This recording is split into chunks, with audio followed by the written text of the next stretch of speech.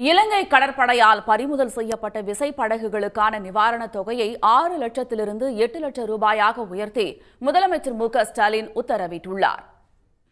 இலங்கை சிறையில் உள்ள மீனவர்களை மீட்கக் கோரியும் 6 மாதம் முதல் 2 ஆண்டுகள் சிறை தண்டனை, 1 கோடி ரூபாய் வரை அபராதம் விதிப்பதை கண்டித்தும் ராமேஸ்வரம் மீனவர்கள் தங்கச்சி மடத்தில் தொடர் போராட்டத்தில் ஈடுபட்டு வருகின்றனர்.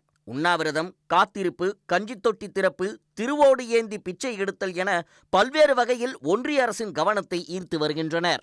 இதனிடையே இலங்கை கடற்படையால் பறிமுதல் செய்யப்பட்ட விசைப்படகுகளின் உரிமையாளர்களுக்கு வழங்கப்படும் நிவாரணத்தை 6 லட்சத்தில் இருந்து 8 லட்சம் ரூபாயாக உயர்த்தி முதலமைச்சர் மு.க.ஸ்டாலின் உத்தரவிட்டுள்ளார்.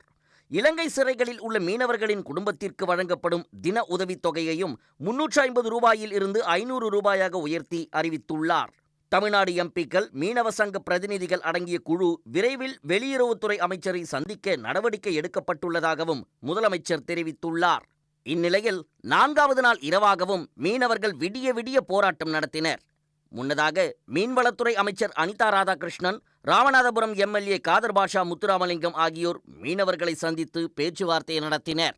ஆளுநர் சும்மா மனு வாங்கிட்டு போயிருக்காரு தவிர அவர் நினைச்சா இன்னைக்கு 4 கோரிக்கைகளை ஒன்றிய அரசாங்கம் தான் நிறைவேற்றணும்.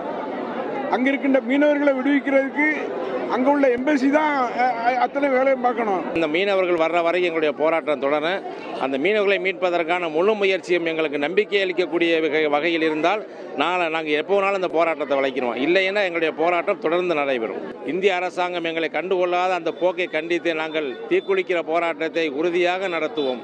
எங்களுடைய பிரச்சனையை தீர்க்கக்கூடிய அதிகாரத்தில் இருக்கக்கூடிய மத்திய அரசாங்கம் இதுவரை ஒருவர் கூட ஒரு இணை அமைச்சர் கூட எங்களுக்காக பேசவில்லை, எங்களை பார்க்கவில்லை என்பது மிகவும் வருத்தத்துக்குரிய, வேதனைக்குரிய விஷயமாக கருதுறாங்க. ஒன்றிய அரசு செவிசாய்க்காததால் இன்று தீக்குளிக்கும் போராட்டம் நடத்த உள்ளதாக மீனவர்கள் எச்சரித்துள்ளது பரபரப்பை ஏற்படுத்தியுள்ளது. உடனுக்குடன் செய்திகளை தெரிந்து கொள்ள சன் நியூஸ் பெல் ஐகானை கிளிக் பண்ணுங்க.